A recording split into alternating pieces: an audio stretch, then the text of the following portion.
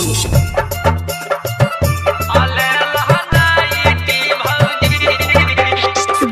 कंचन राज हाजीपुर वैशाली।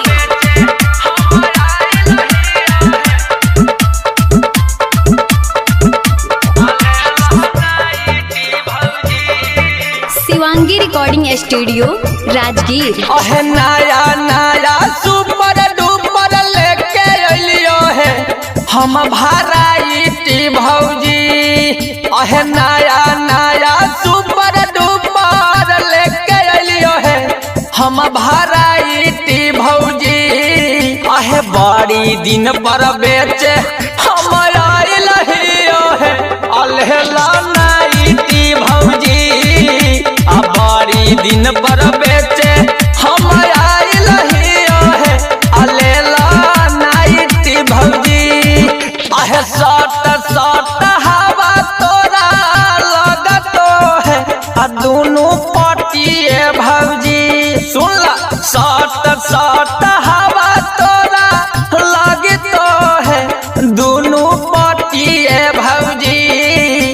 बारी दिन पर बेच हम आइल हियो है अलहला नाइटी भौजी। बारी दिन पर बेचे हम आइल हियो है अलहला नाइटी भौजी। अरे ले नया बड़की अलहला नाइटी भौजी। बारी दिन पर बेचे डीजे कंचन राज हाजीपुर वैशाली।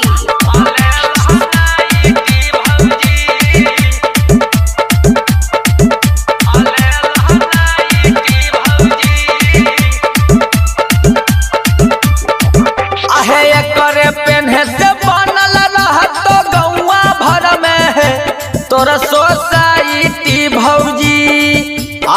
करे पेन्हे से बनल रहतो गौवा भर में है तोरा सोसाइटी भौजी।